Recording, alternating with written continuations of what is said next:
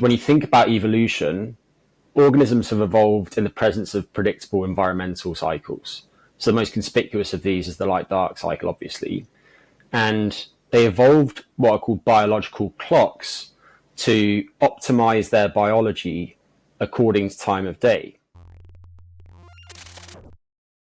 Welcome back, everyone, to the Smarter Not Harder podcast. I'm your host today, Boomer Anderson, and today we're unpacking 1-cent solutions to $64,000 questions around the topic of chronobiology. My guest today is Greg Potter, PhD, or Dr. Greg Potter, as I often refer to him on this podcast. And Dr. Potter received both his bachelor's and master's in exercise science at Loughborough University.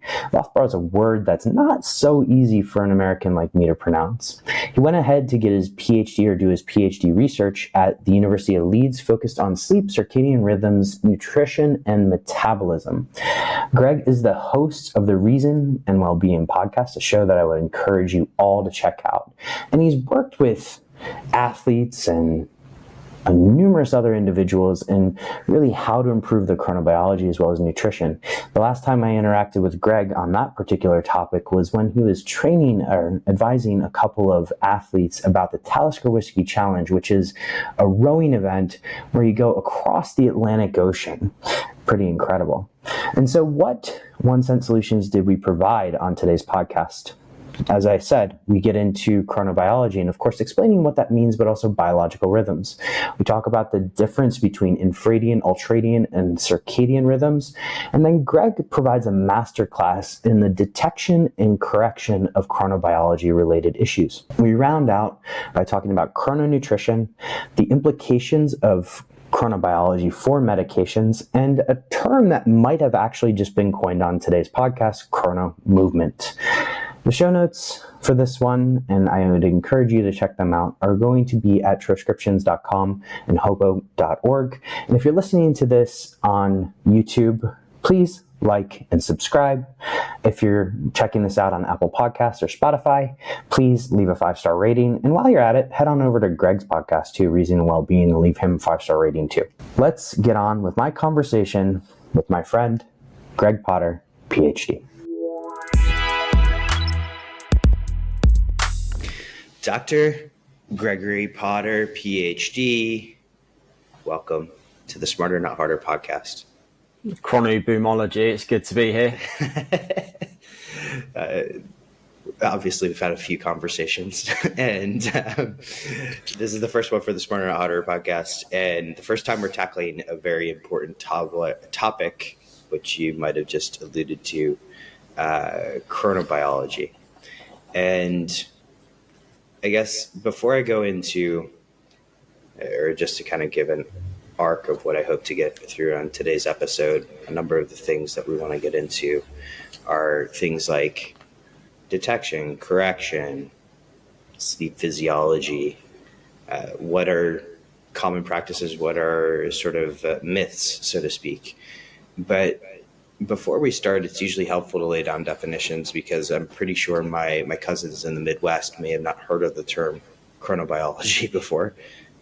What is it? Chronobiology is the study of time in living beings. And what we're probably most interested in today are biological rhythms. And we can think of these through an evolutionary lens. And simplistically, these are a fitness characteristic in that they help organisms pass on their genes. And when you think about evolution, organisms have evolved in the presence of predictable environmental cycles. So the most conspicuous of these is the light-dark cycle, obviously. And they evolved what are called biological clocks to optimize their biology according to time of day. And I mentioned earlier fitness and the fact that these can help them pass on their genes. What I meant by that was that there have been some interesting experiments using different types of organisms, one of them being mice, showing that when mice have biological rhythms which are produced by these biological clocks that are more closely synchronized to the day, they better pass on their genes. So the more precise their clocks are in anticipating these cycles each day, the more likely they are to have offspring. And these clocks probably have a few important characteristics, and these relate to the fact that they help us anticipate changes in the environment each day. So they're predicting when things will happen, and they are scheduling a timetable of processes in our bodies to optimize them according to time of day. And when you think about trying to do everything all at once in your body, build things, break things down, and so on, that would be enormously energetically costly. And so instead, we temporally segregate these different processes. And there's an analogy that I like that I first heard from a guy named Till Roneberg, who's an excellent chronobiologist. And he likens this to a Formula One race. So if you think about wakefulness, that's like racing itself. And with that comes some damage, obviously. And cars need pit stops. And sleep is a bit like the pit stop. During that time, you need to refill the tank, replace the tires, and so on. And if you think about this in the context of evolution, then as organisms have become more complex, that pit stop has needed to involve different processes and has necessarily become more complex too. And a simple way of thinking about all of this is that sleep helps optimize our bodies for wakefulness, because it's during wakefulness that we can pass on our genes, because that's when we're active. And then in terms of these biological rhythms, there are a few things that I'll mention just to tee up the rest of the conversation, because they help put things in context. One is that the rhythms are self-generated or autonomous. They're not driven by our behaviors. They're not just a product of the fact that we're eating at certain times of day, for example. Another is that they're entrainable, which basically means that we need to reset them each day, and they're reset by time cues. The technical term for these is Zeitgebers. It's a German word that means time giver. And the most prominent of these for humans is our patterns of exposure to light and dark. And these characteristics, and specifically this entrainability, means that we can adapt to changes in things like day length. Some organisms show clear seasonal variations in their biology. Whether that's true of humans isn't particularly clear. Certainly if it is, then I don't think those changes are particularly large. But if you think about contexts such as jet lag, the fact that we can reset our clocks and that they are entrainable lets us adjust to new time zones. Another thing that's worth mentioning is that these rhythms occur across different timescales. Some of them are very short, and these are called ultradian rhythms. These are faster than 24 hours. Some of them last milliseconds, for example, patterns of electrical activity in the brain. Some of them last roughly a second, such as the heartbeat. And then some of them last hours. So if you think about sleep stages, for example, we go through different stages of sleep in relatively predictable sequences, roughly every 70 to 120 minutes across the night. The category that we're most interested in are the circadian rhythms, and these are roughly 24 hours. And the sleep-wake cycle, of course, is one of these, but there are some others too, one of them being a rhythm in core body temperature, which fluctuates by slightly less than 1 degree Celsius over the course of a 24-hour day. And as a result of that, we're better suited to certain things at certain times of day, one of those being physical activity. We're physically strongest around the time that our core body temperature is highest, which for somebody with relatively typical sleep-wake timing is probably something like 5 p.m. in the afternoon. But we also see these rhythms in things like our hormonal system. The melatonin rhythm is a very prominent one of these, and that has various functions. One is some roles in sleep-wake regulation. Another is that melatonin actually has some metabolic roles. It helps prevent blood sugar from dipping too low during the biological nighttime when we're not eating. And then another one that's particularly prominent is the cortisol rhythm. And around the time that we wake each morning, there's something called the cortisol awakening response, a sharp spike in cortisol synthesis that mobilizes energy reserves, increases blood pressure, boosts psychophysiological arousal, all to get us ready for the day ahead. The other category of rhythms are called infradian rhythms. So these are the slowest of the bunch.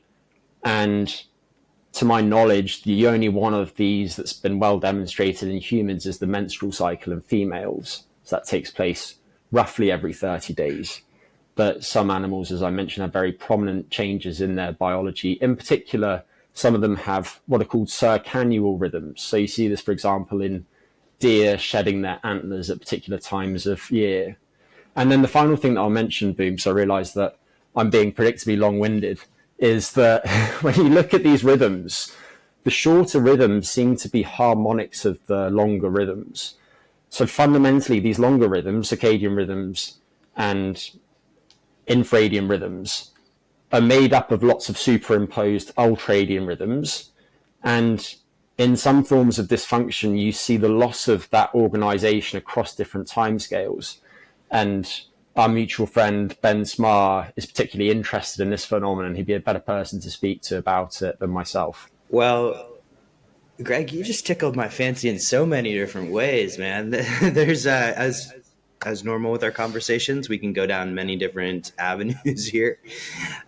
You touched on ultradian rhythms, you touched on infradian rhythms. You really tickled me when you said Formula One, and I started thinking about pit stops, and I'm like, well, Red Bull, Ferrari, that's like a 2-second pit stop, and I'm sure somebody listening to this is like, well, does that mean I can get away with 4 hours of sleep?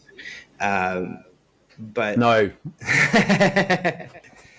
Yeah, that's probably another topic for another time. So let's bring it back to these rhythms, and particularly let's focus on that circadian rhythm and sleep. I want to go down this detection route with you, and specifically starting with wearables and what you think of wearable technology and its utility to detecting issues in sleep physiology or sleep behavior in general. Sure. Yeah. And I'll preface my answer by saying that these wearables don't really focus on biological rhythms so much. At least a lot of the information they tend to give people doesn't relate to that, which I think is one of the limitations of them. But certainly I think in the future they will start to, and some of them are probably already looking at whether changes in, for example, circadian rhythms relate to certain health outcomes over time. So in terms of sleep specifically, what I'll say is that wearables and nearables, so things that you're not wearing but that are placed near you whilst you're sleeping and that purport to measure some sleep metrics, can be helpful if you're not particularly anxious about the data that you're giving you, and if you have relatively typical sleep.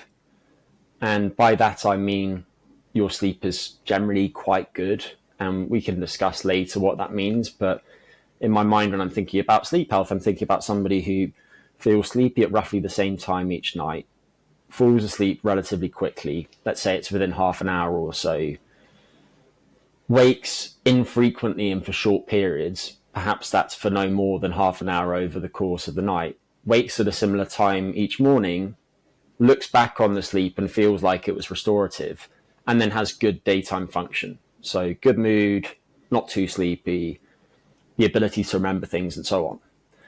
So for somebody like that, I think the wearables and the nearables can be helpful, in particular when looking at the trend in the data over time. The same way that I think that bioelectrical impedance analysis to estimate whether your body fatness is changing over time can be helpful. The individual day's measures might not be that precise.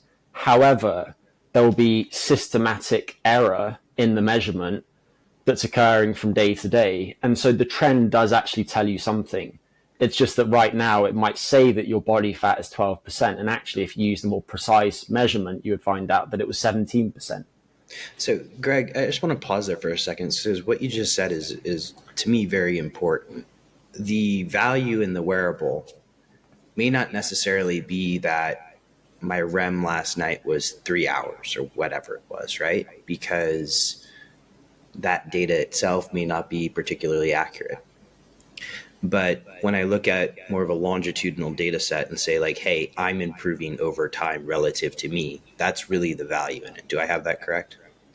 You do. What I'll specify, though, is that different metrics differ in their relative importance. And so in the case of sleep stages, we have to bear a few things in mind. One of them is that among the wearables that have actually been validated, and this isn't true of the majority of them, the validation tends to take place with people who have relatively healthy sleep.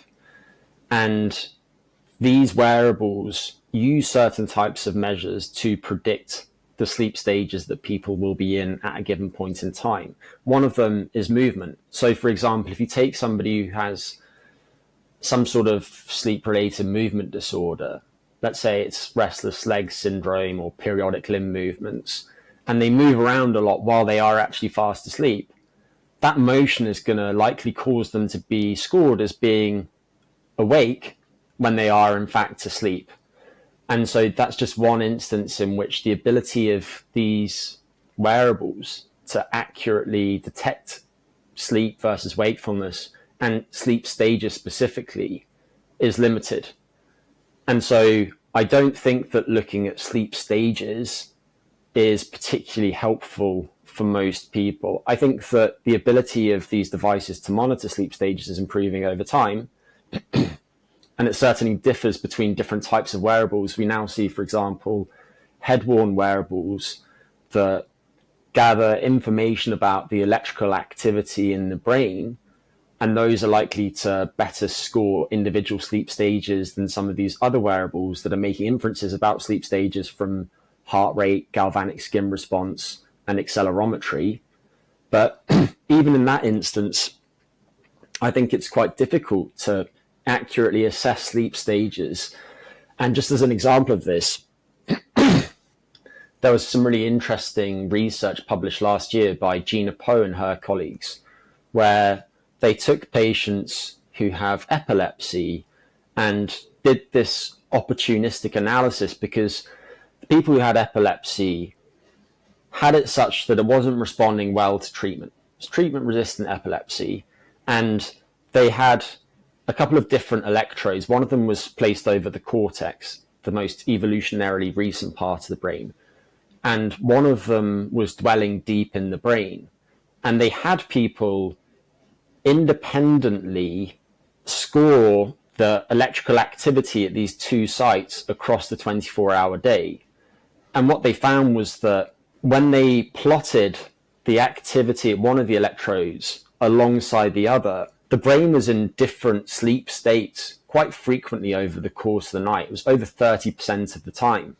And the brain could exhibit these different sleep states for more than half an hour at any one point in time. And so the point that I'm making is that while we might speak about somebody as being in stage 2 sleep or stage 3 sleep, actually what seems to be the case is that at a given point in time, different parts of the brain are in different sleep-wake states.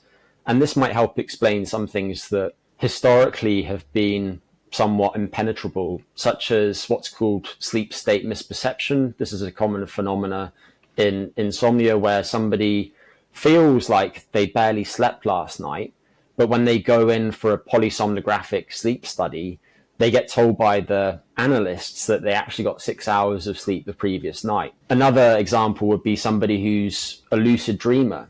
It could be that parts of the brain that are involved in self-awareness are exhibiting wake-like activity, whereas other parts of the brain are sleeping. Another one would be sleepwalking. Maybe the motor system is showing wake-like activity when other parts of the brain are in fact asleep. So Boom, I can hear you want to jump in there. Yeah, so I like, particularly when you say lucid dreaming and a few of these other things, right? Because I guess from your perspective, or maybe you can inform us on how the literature looks at it. Let's say somebody is a lucid dreamer, and I've recently been in a conversation with people where they compete on like what level of lucid dreamer they are, and it's kind of a funny conversation. Gamified it. Yeah, exactly. I'm at level 12. But Anyway, when you think of something like lucid dreaming or sleepwalking, and this person goes into a lab polysomnography test, or how their brain operates, is it as restorative as the person who's just laying down for 8 hours and wakes up? Is there any loss in restoration that we know of, or hormonal production or whatever it may be?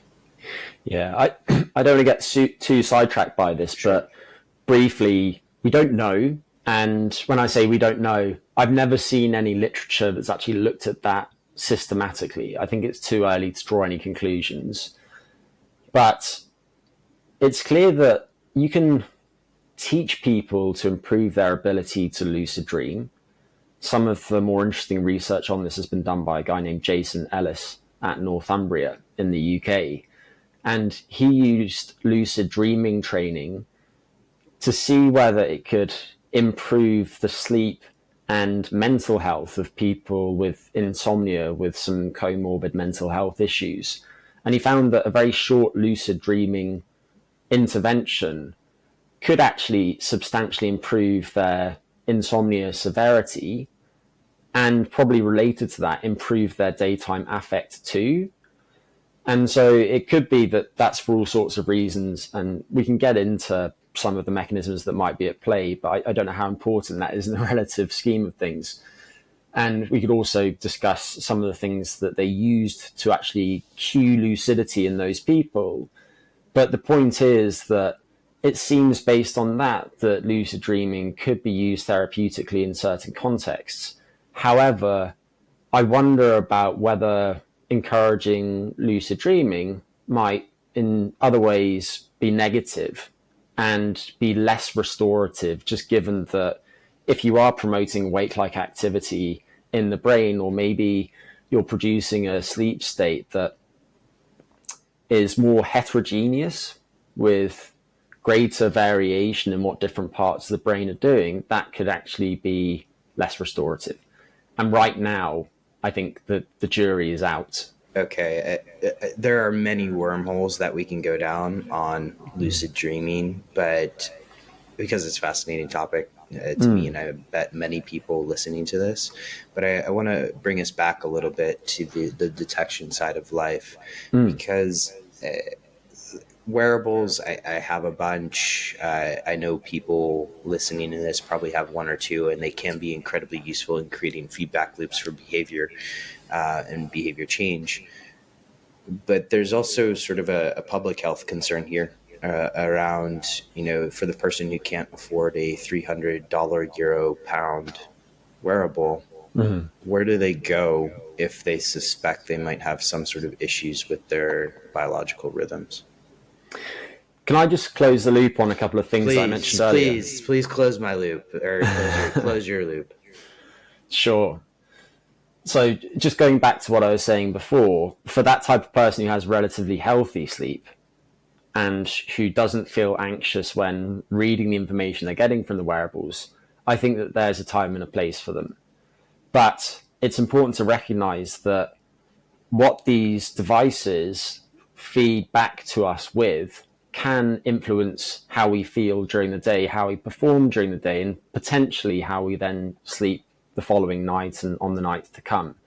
And a really nice demonstration of this came out of Steve Lockley's lab in 2020. And you might have come across this experiment, Boom, because it's been quite widely discussed. But Stephen Lockley, for context here, he's Harvard, is that right?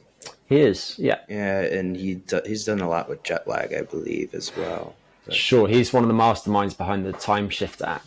Yeah. Okay. He's an excellent chronobiologist, and he did this really interesting and well-controlled experiment in which they brought people into the lab, and they either had 8 hours in bed or 5 hours in bed, and they had an alarm clock alongside them that either ran on time, ran fast, or ran slow.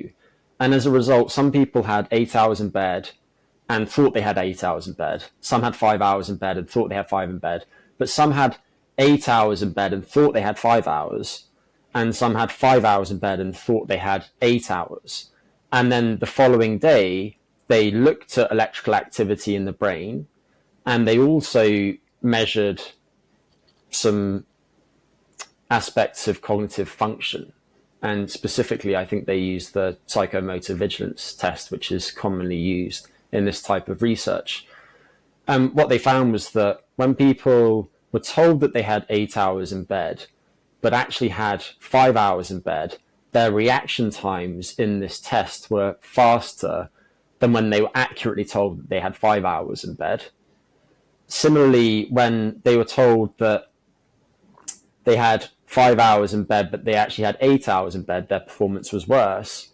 And then they saw corresponding changes in electrical activity in the brain, such that when people were told that they had 8 hours in bed, they didn't have as much slow wave activity in the brain, which is a proxy of sleepiness.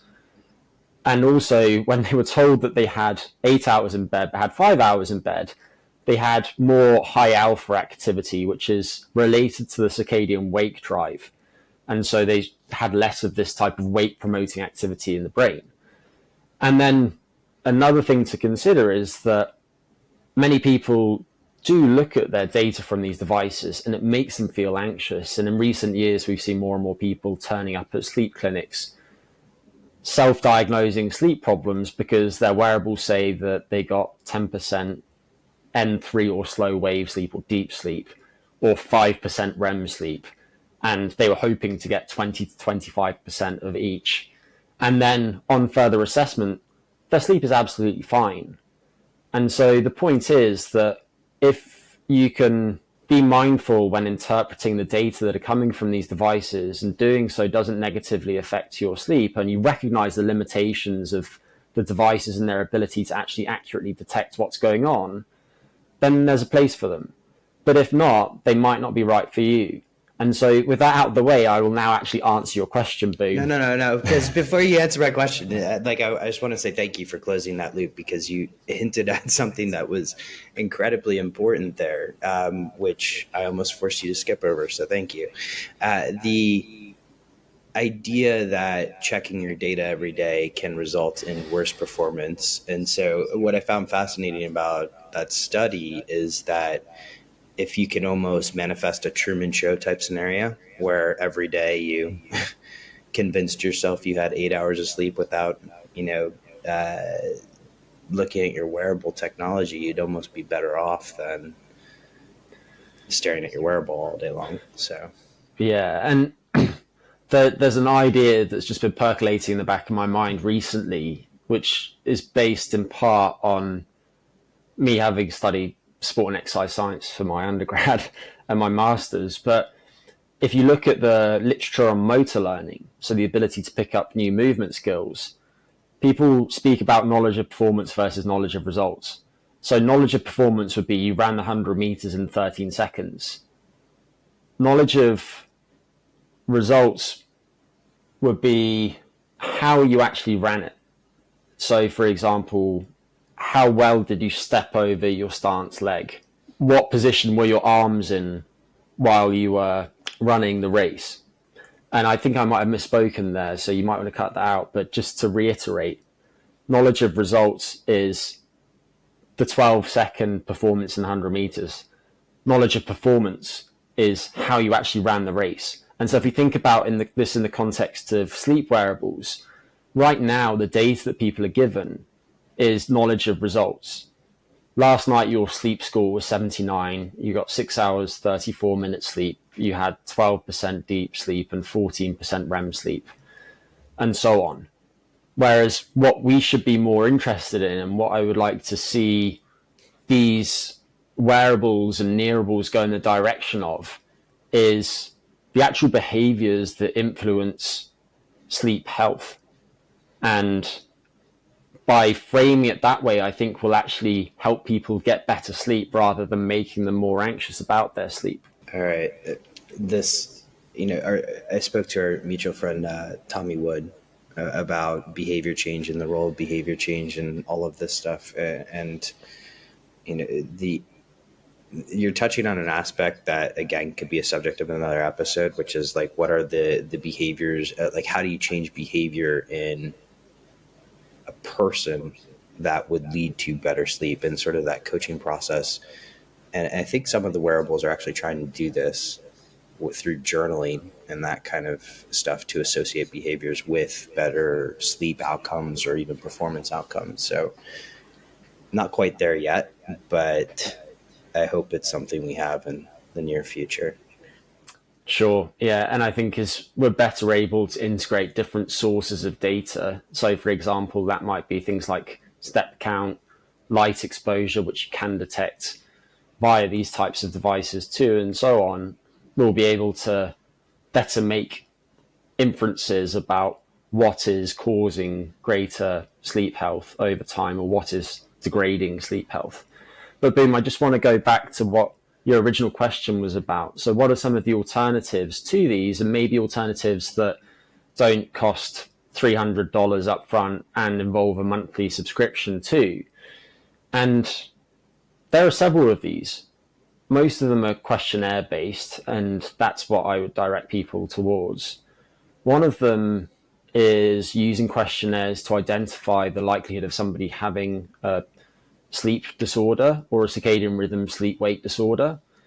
And these are best interpreted by healthcare professionals, to be clear, but some of these actually span all the different 6 major categories of sleep disorders. One of these, for example, is called the Sleep 50 questionnaire.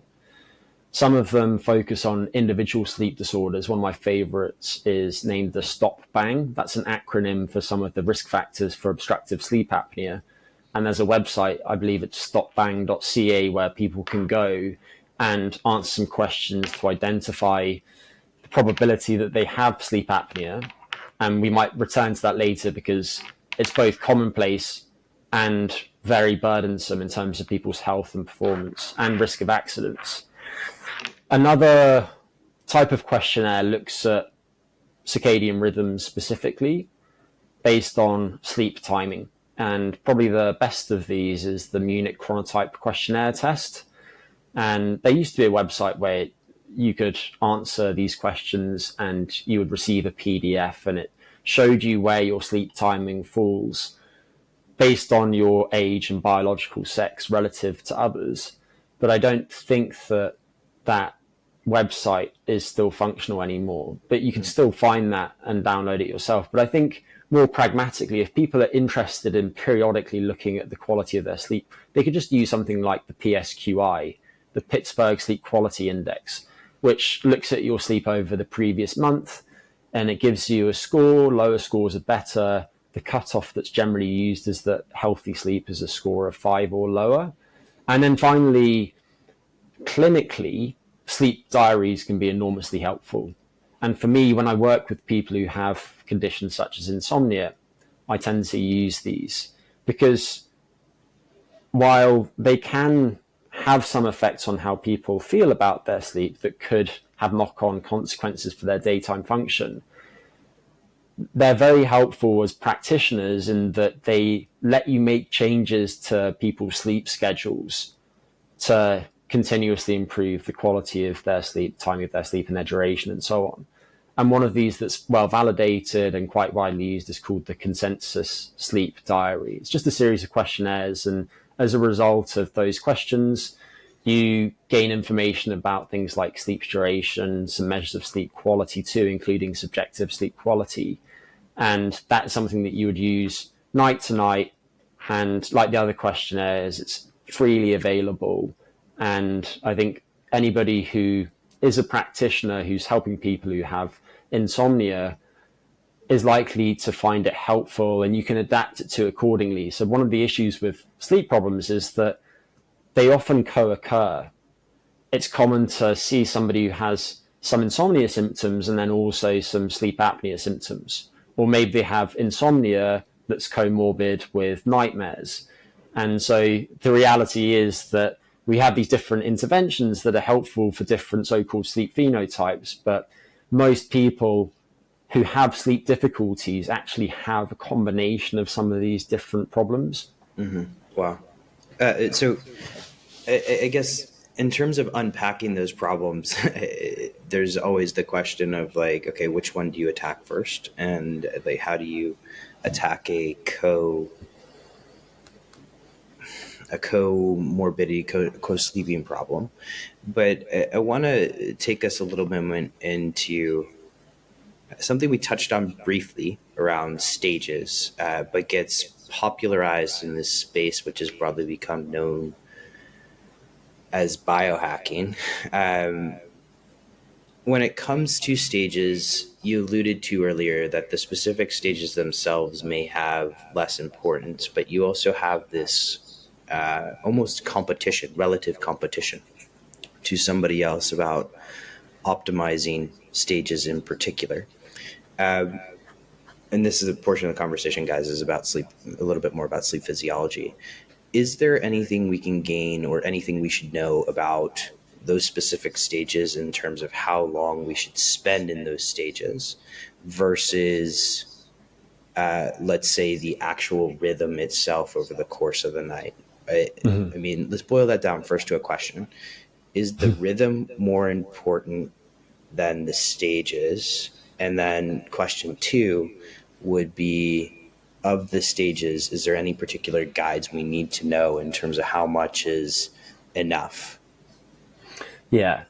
So what I might do, Boom, if it's okay, is just discuss the idea of sleep health as a construct, because I think that's really important for people to grasp, and it's not widely discussed. And then we can get into the individual stages, what they seem to do in the body, and whether there are ideal proportions and whether those change over the course of an individual's life. So beginning with sleep health as a construct, I mentioned earlier what a night of healthy sleep looks like in terms of somebody falling asleep at a similar time, waking at a similar time, and so on. And that description points to some of what I think are the most important dimensions of sleep health. And the idea of sleep health as a construct has been popularized by a guy named Daniel Bicey. He's the same guy that was behind the PSQI, many other questionnaires that are used. He's a psychiatrist who is brilliant. I love his research.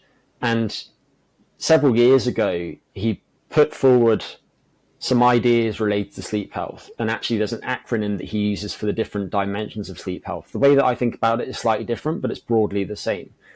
And what he pointed out is that if we look at sleep, there are several aspects of sleep that independently predict risk of various different chronic diseases and ultimately seem to relate to all-cause mortality. So the probability of somebody dying from all different causes that somebody could die of combined. And the dimensions include sleep duration. How long did you sleep last night? You might have been in bed for 8 hours, but got 7 hours of sleep, for example. And a lot of research historically is focused on that. It's definitely important. Sleep quality, and there are many different ways that we could look at that, but that includes things like how quickly do you fall asleep at the start of the night? How frequently do you wake and for how long? Subjectively, how restorative do you feel your sleep was? And then also sleep stages. So sleep architecture itself, which is what your question was about, and some other things too that probably get less airtime but are important. So things like how much people move during the night, how well they breathe during the night, and so on. Another is timing of sleep. And we can think about this in different ways, but going back to what I was saying at the start about circadian rhythms, I think the timing of sleep relative to somebody's biological clock is most important. You see this in shift work. About a quarter of shift workers experience something called shift work disorder, in which they're tired and sleepy while they have to be awake. And then when they try and sleep, they experience insomnia-like symptoms.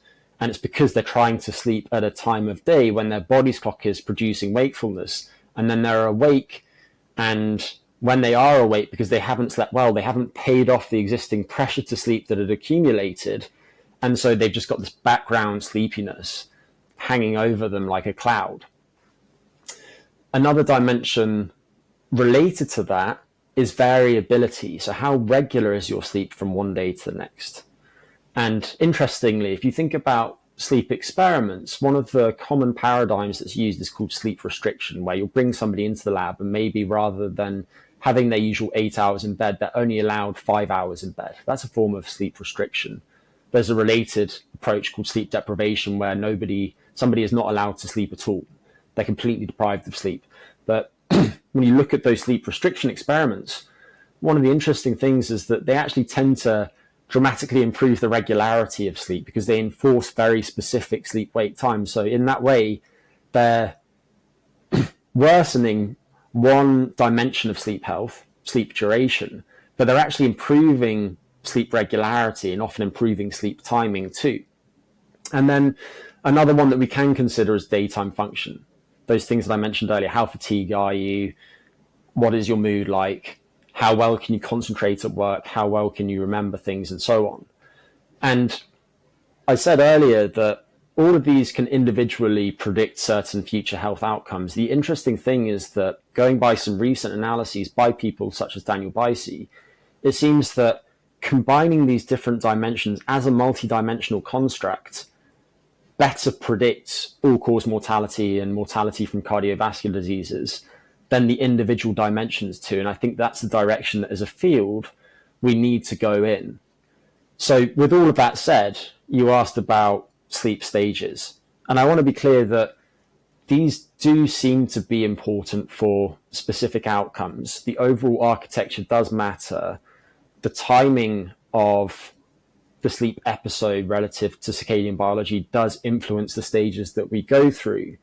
But just to briefly break things down for listeners, we can broadly divide sleep into rapid eye movement sleep, which is so called because of the way that the eyes dart from side to side, and non-rapid eye movement sleep, which is all other stages of sleep.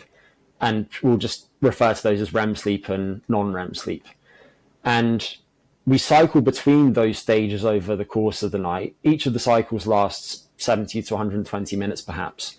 And because non-rapid eye movement sleep, non-REM sleep, is strongly related to how long somebody has been awake prior to the sleep episode, we have more of that type of sleep at the start of the sleep period. So if you go to bed from 12 p.m. to 6 a.m., you'll have more of that from during the first 4 hours of the sleep episode, let's say, than you will during the end of it. Then later in the night, REM sleep is under strong regulation by your body's clock. So it tends to be selectively distributed to the late hours of sleep. And that's one of the reasons why you're more likely to wake up remembering your dreams if you wake shortly before you typically wake up in the morning than if you wake 2 hours after first falling asleep at night.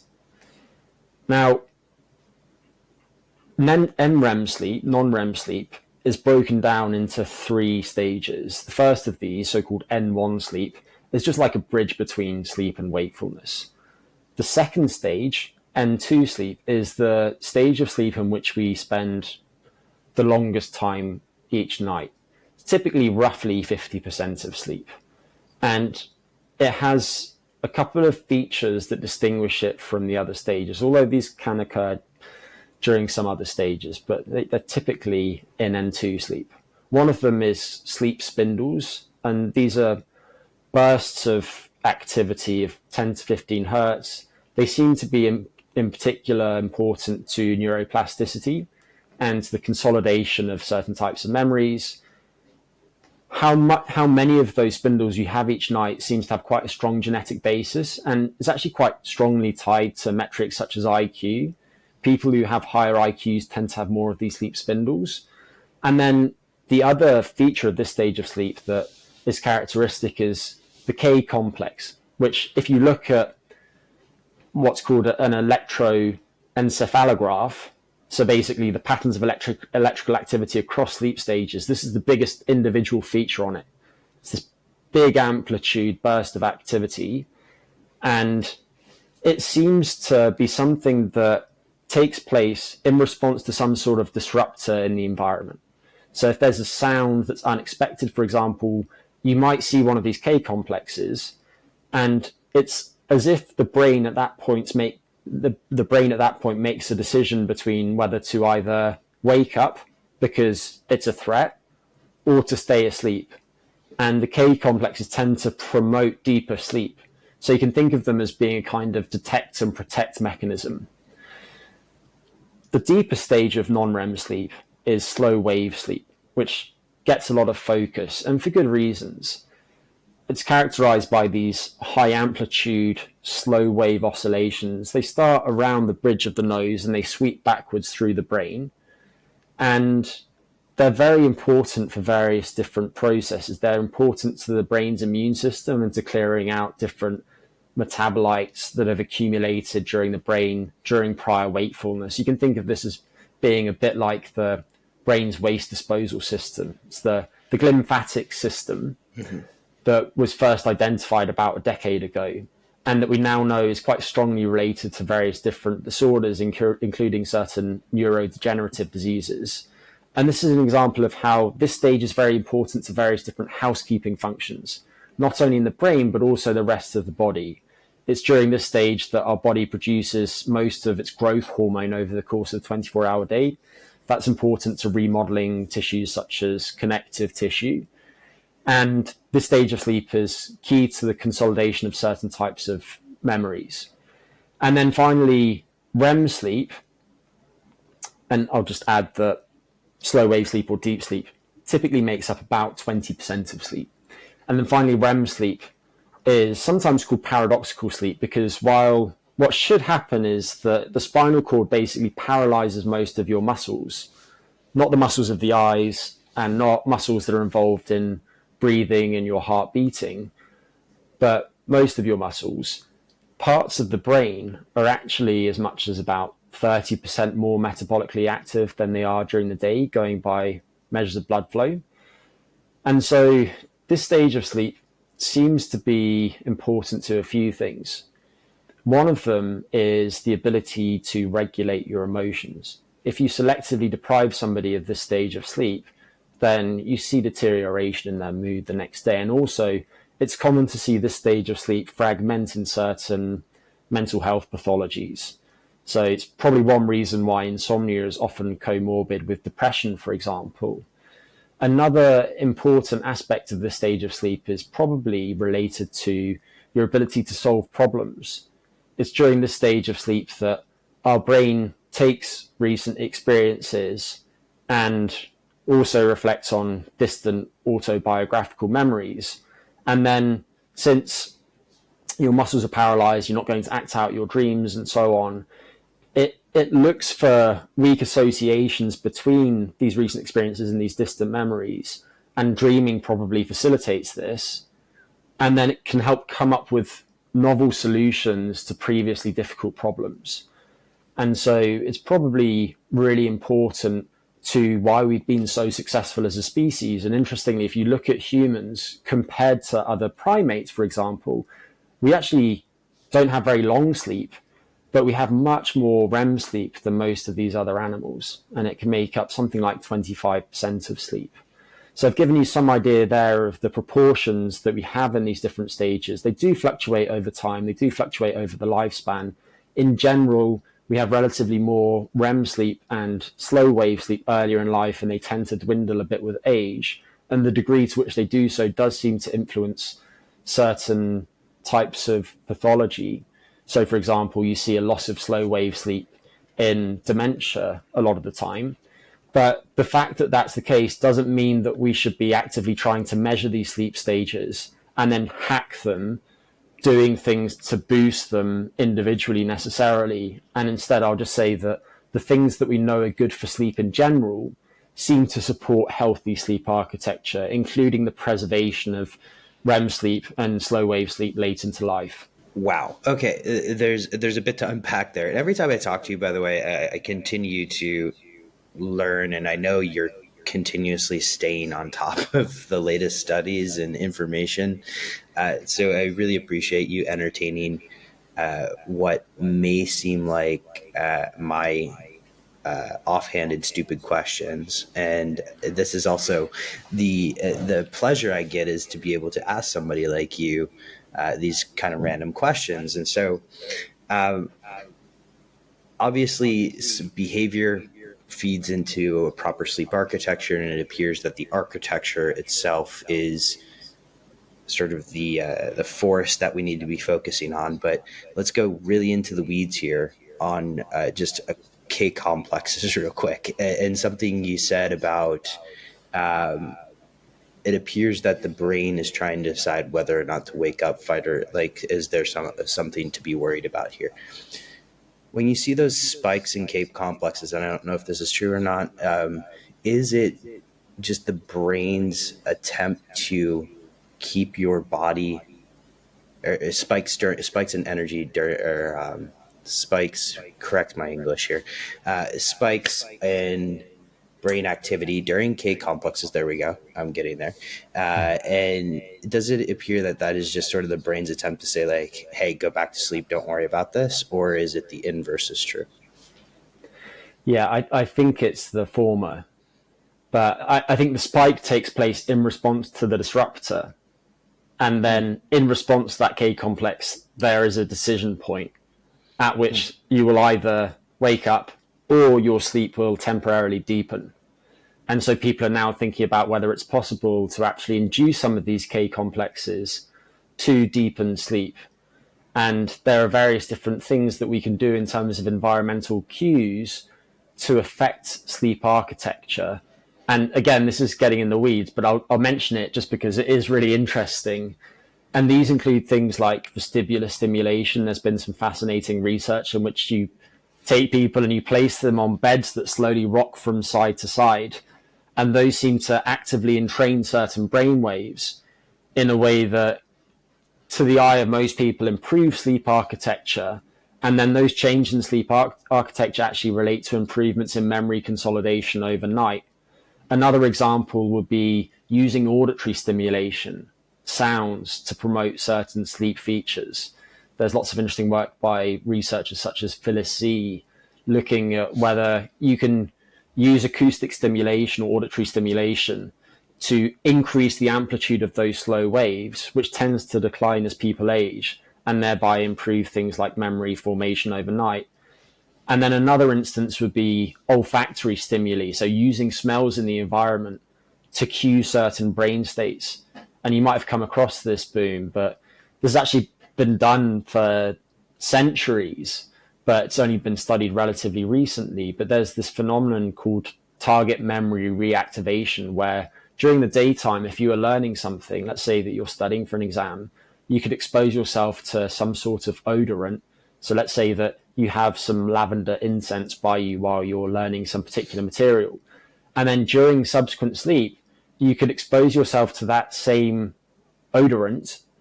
And if you did so during particular stages of sleep, you would actually reactivate that particular content that you were memorizing, that if you looked at your brain, you would see the same characteristic patterns of electrical activity that took place during learning, just occurring at a different time span.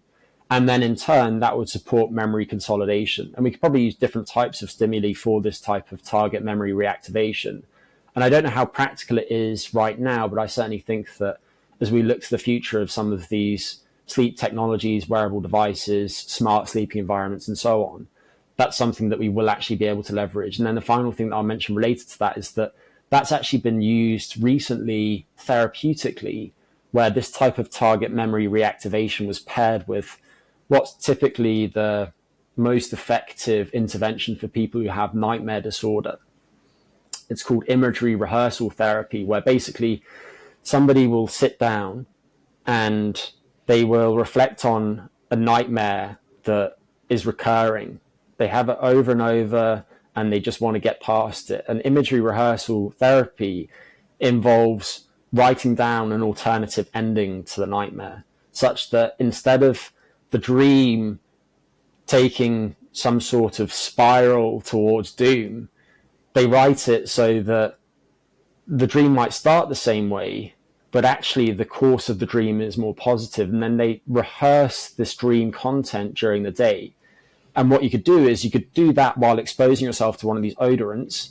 And then during subsequent sleep, you could re-expose yourself to that odorant, cue the newly rehearsed dream, and thereby improve your ability to overcome that nightmare. And that's been demonstrated recently. So I realized that I went off on a tangent there, but I just wanted to demonstrate that it's possible to use environmental stimuli to change sleep architecture in a way that actually meaningfully improves people's lives, as opposed to this just being an academic discussion in which we're speaking about some of the nuances of electrophysiology during sleep. Okay. And that was the word I was looking for earlier, electrophysiology. But I want to go back to this because, like, the way you answered that question kind of evokes questions, or just more questions from my side, which is like, okay, if the nightmare occurs consistent, it's a pretty consistent nightmare. Like, would some actions during the day, like for instance, and I don't know if this is actually clinically accepted, but something like propranolol extinction therapy for painful memories, or even, right now MDMA is a popular topic. Would these help with nightmares themselves? I don't know if there's an answer to that. And if you're not comfortable answering, don't by any means. I'm not trying to force you, but again, me pontificating based on what you said, it's pretty interesting. Yeah.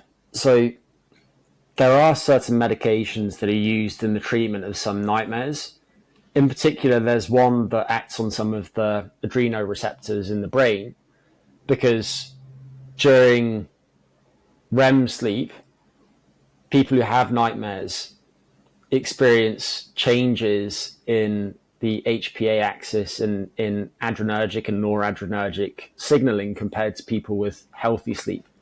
And basically, by pharmacologically blocking this pathway, they can potentially help themselves overcome nightmares. And to my knowledge, that is the most effective way of targeting that's been identified.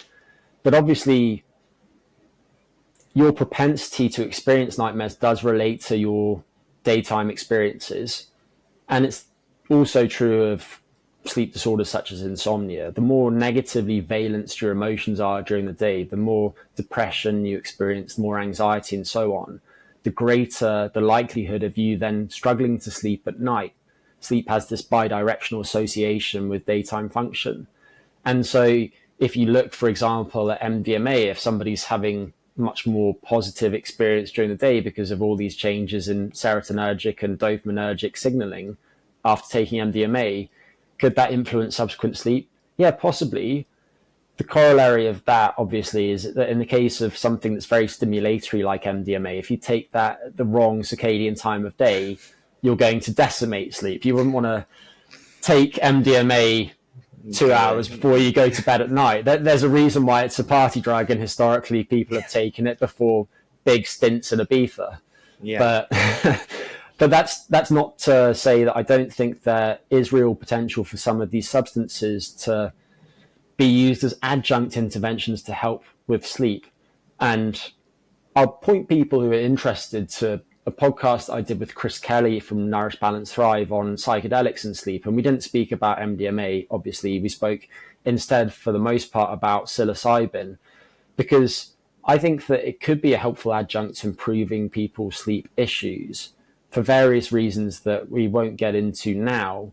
But one of them is that if taking a high dose of psilocybin, let's say somebody takes 30 milligrams, or maybe they take 3 grams of dried mushrooms, there seems to be this window of neuroplasticity that opens following administration of that substance. And during that time, I think it's more possible to change rote behaviors and patterns of thinking that people engage in.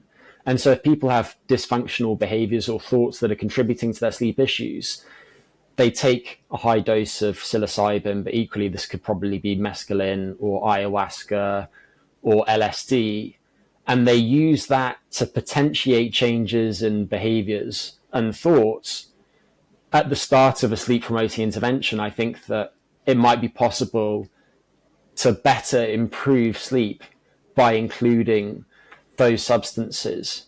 And that's hypothetical right now, but I do think that there is actually quite a lot of potential there, at least in the right hands. And then the final thing that I'll mention is just circling back to speaking about lucid dreaming earlier. I think there are some fascinating parallels between the psychedelic state and lucid dreaming.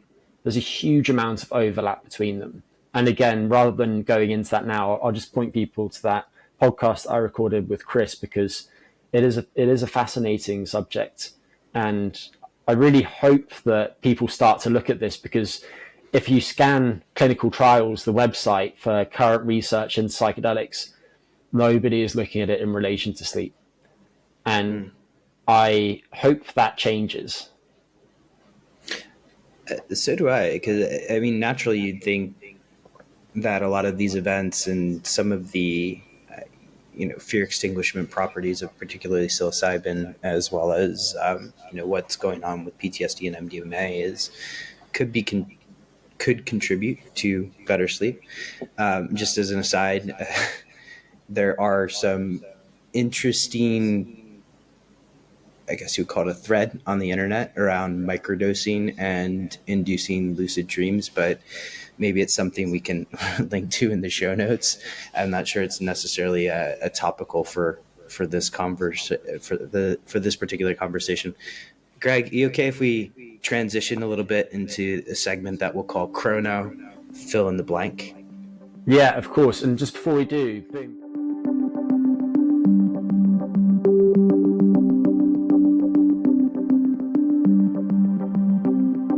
All right, Dr. Potter, this is the portion of the podcast that we'll call Chrono, fill in the blank, because I think you mentioned this in an interview you did with Tommy Wood, that Chrono is almost as trendy as using the suffix omics, right? And so it's let's get into it, shall we? Let's do that. What are we going to speak about? Chronomics specifically, or? Well, those guys are friends of mine. I don't know if how they're doing, but I spoke to them a couple of years ago, and so we used to keep in touch regularly, less so now. Anyway. Yeah, just for people that aren't familiar with that, obviously chronomics being the combination of chrono and omics, but there is a company named Chronomics. Toby, one of the founders, is a nice guy, Boomer, and I both know them, but I wasn't actually referring specifically to that company, but I think they pivoted well during the COVID era, so it's been nice to see them do well. Exactly. And what's interesting about how you said that is immediately, and this is just my own bias, prejudices, whatever you want to say, like I went business wise, right? Like went straight to the business. And you, of course, just were combining two very trendy terms. But let's talk, if it's okay, let's talk about light exposure and how we can use light exposure to help with some of those areas that we talked about earlier, specifically in training those rhythms and perhaps bettering sleep. Absolutely. And I'll briefly mention something related to circadian biology and how our body's clocks are regulated, just so that what follows makes more sense. I mentioned previously that the biological clock is primarily reset each day by our patterns of exposure to light. And the way that takes place is mostly via certain cells in the retina in the eye. They're called intrinsically photosensitive retinal ganglion cells. They contain a photopigment named melanopsin, and these cells are strongly activated by light, and in particular light with a wavelength of roughly 480 nanometers, which corresponds to light that looks quite blue, but also daylight contains a lot of this. Light that is full spectrum white light tends to contain quite a lot of this too. So that is sending a daytime signal to the eyes. This is then relayed to the so-called master clock in the brain. It's in the front of the hypothalamus. It's called the suprachiasmatic nucleus, or the SCN. And then this in turn is very important to helping to coordinate the timing of clocks throughout our bodies. And all of the clocks in our bodies outside of this particular clock are called peripheral clocks. So those include clocks elsewhere in the brain, but also clocks in peripheral tissues. So for example, your liver. And when you think about something like your liver, obviously this isn't really exposed to information about the light environment directly because it's deep within you. And so your body needs its own internal time cues. And the way that the master clock in the brain relays this time of day information is via several mechanisms. One of them is via some neural projections to other parts of the brain. One of them is via changes in certain secretions. So this part of the brain actually produces its own substances that give time of day information to some other structures. But then another is through the hormonal system and regulation of body temperature. I mentioned earlier that large, high amplitude fluctuation in core body temperature each day. The master clock is important to this. But regarding hormones, one of the key pathways is from the SCN to the pineal gland that synthesizes melatonin during what we'll refer to as the biological nighttime. And then melatonin circulates to tissues throughout the body, acts on two receptors, and tells those cells to engage in nighttime activities. And so with that out the way, we can get into some of the effects of light. But before I mention those, I'll get into a couple of subjects. So one of them that's important to understand is that our body responds differently to light depending on the time of the biological day at which we're exposed to the light. And this is sometimes plotted graphically as what's called a phase response curve if somebody wants to look these up. All you really need to know is that if you were going to bed and sleeping at a time of day when you wanted to sleep, so let's say that you're not a shift worker and you would habitually sleep from 10 p.m. to 6 a.m., if you exposed yourself to lots of light between about 2 hours before you'd naturally wake up, so that'd be 4 a.m., and 2 hours after you'd naturally wake up, so that'd be 8 a.m., you would tend to accelerate your body's clock and shift it earlier, which would help you fall asleep earlier the following evening. So if you think about traveling 5 time zones to the east, for instance, it's important to expose your body's clock to lots of this type of light at that time of the biological day. Whereas if you expose yourself to lots of light in the hours shortly before you would naturally fall asleep and shortly after you would naturally fall asleep, you'll tend to slow down your clock, push it later. So if you were traveling 5 hours to the west, then you would want lots of light at that time of your biological day. Another concept that people need to be familiar with is that time matters and spectrum matters, which I mentioned earlier when discussing the wavelength of light, but the intensity of light matters too. And the human visual system is very sensitive to light, and it lets us see when it's relatively dark and so on. But the circadian system isn't so sensitive. And so you might not realize that indoors in a typically lit office room, the intensity of light is probably something like 500 lux. Lux is a unit of intensity. It's the intensity of light that's emitted by a candle held 1 meter from the eye. But if you go outside at midday on a sunny day, the intensity of light might be something more like 100,000 lux. And you probably wouldn't have realized that it's a 200-fold difference. But we need that large variation in intensity between what we're exposed to during the day and what we're exposed to at night in order to align our body's clocks and experience some of the beneficial effects of light. And so the circadian system needs that type of very intense light. And while it doesn't actually need that much exposure to that type of light each day just to keep it ticking at roughly 24 hours, you probably actually only need something like 15 minutes of exposure to daylight each day to keep your clock on time. You will experience benefits from getting plenty of daylight each day. And that brings up the subject of non-visual or non-image forming effects. And I focused so far on the effects on the circadian system, but light affects many different aspects of our biology. And you will have noticed this. You might not have noticed it consciously, however. So, for example, if you've ever experienced seasonal affective disorder, then you'll know that light can profoundly affect your mood. And we actually know more about some of the brain circuitry that's involved in that. And the perihabenular nucleus seems to be particularly important to mediating some of those effects of light on mood. Light's also important to your blood pressure regulation. So interestingly, exposure to daylight can acutely reduce blood pressure because it actually seems to promote nitric oxide signaling, in turn leading to vasodilatation and a reduction in blood pressure. It's relevant to cardiometabolic health too in other ways. there's some interesting work suggesting that exposing people to bright light around the time that they eat meals actually affects their postprandial responses to those meals. So things like how much their blood sugar swings in response to the meal. And then returning to the brain, light's key to cognition.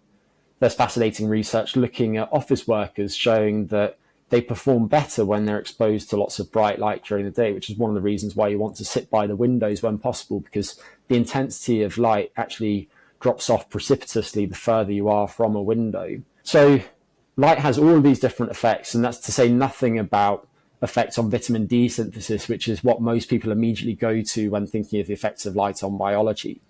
But with that said, I just want to spell out a few recommendations to make this practical for people tuning in. So first, I would say during the daytime, if possible, get outdoors into daylight for at least 1 hour. And the time of day doesn't matter too much, but if you're a night owl and you routinely wake to an alarm clock in the morning, that compresses your sleep and you're feeling tired during the day as a result. If you can get outdoors into daylight within a couple of hours of waking in the morning, then you're going to help accelerate your clock and thereby help shift your sleep earlier. That's going to expand your sleep opportunity and improve how you feel and function each day. Whereas let's say that you are 70 years old and for somebody of your age, you're an early bird, which makes you very early relative to the rest of society. And you're now in the habit of nodding off at 7 p.m. and you find it hard to sleep after 3 a.m. in the morning. If that's the case, then you want to shift your clock later. And so for you, you'd actually want to expose yourself to lots of daylight late in your waking day. So there's probably a sweet spot between about 4 hours before you'd habitually go to bed and 2 hours before you habitually go to bed, when you want lots of daylight if possible. You wouldn't want that immediately before bedtime just because light does have acute alerting effects, and that could interfere with your ability to fall asleep. And then finally, if you can be physically active at those times of day, so early morning for a night owl and late in the day for an early bird, then you can probably increase the extent to which you shift your clock and in turn your sleep timing too. And then if you're indoors during the day, you want to be in as brightly lit room as possible. Full spectrum white lighting tends to work well. And when you can, sit by windows, and if you're in a dimly lit room, you could consider getting a light therapy lamp. These are also obviously very helpful if you have seasonal affective disorder. They typically emit 10,000 lux, but anything over about 2,000 lux will do. And you probably want them about a meter from yourself, slightly at an angle, and use them for 30 to 60 minutes. Most people will use them in the morning, especially in seasonal affective disorder, but you could use them at any appropriate time of day. And then in the 3 hours or so before you go to bed, you want to reduce your exposure to that type of short wavelength, rich, intense light if possible, assuming that you're not trying to dramatically shift the timing of your clock. And so simple things that you could do include dimming the lights, obviously. If you have lights that contain lots of short wavelength light, so if your home environment lights look very white, or if they've got a green or a blue hue to them, I would replace them and instead get some so-called warm white light bulbs that look more amber tinted. The type of light that we want at this time of day, you can think of as being the kind of romantic lighting that you get in a nice restaurant. It's low in the environment. It's quite dim. Don't get any ideas, Boom. And we're just going to have some background music playing, maybe a little Sade while this segment is going on. And it has that kind of amber hue too. And then otherwise, if you can't control your light environment at this time of day, so let's say that you are going to visit friends or family and they have precisely the type of lighting that you don't want at this time of day. If you don't mind looking silly, then you can wear blue blocking glasses, these kind of red or amber tinted glasses that selectively filter out short wavelength light. That does seem to be helpful. I think it can be used clinically potentially, but it's often used in the context of jet lag and shift work to help people wind down or shift their clocks according to their needs. So you could definitely go that route if you like. And then obviously during the sleep period, you want to be exposed to as little light as possible. And if there is light in your environment, you can either try and block it out, for example, by getting blackout blinds, or you can wear an eye mask. And if you feel unsafe sleeping in the dark, I know this is true of some people, and you therefore want at least some light in your environment, my recommendation would definitely be to make that red light. So if you have any light emitting devices in your bedroom, make sure they emit red light. If you have an alarm clock, for example, get one with a red clock face, because this type of light probably has negligible effects on the circadian system. There's actually a tiny bit of research suggesting that exposing yourself to this type of light shortly before sleep might actually facilitate sleep onset a little bit. Use Van Someren published some interesting work on that several years ago. So red in bed would be my recommendation.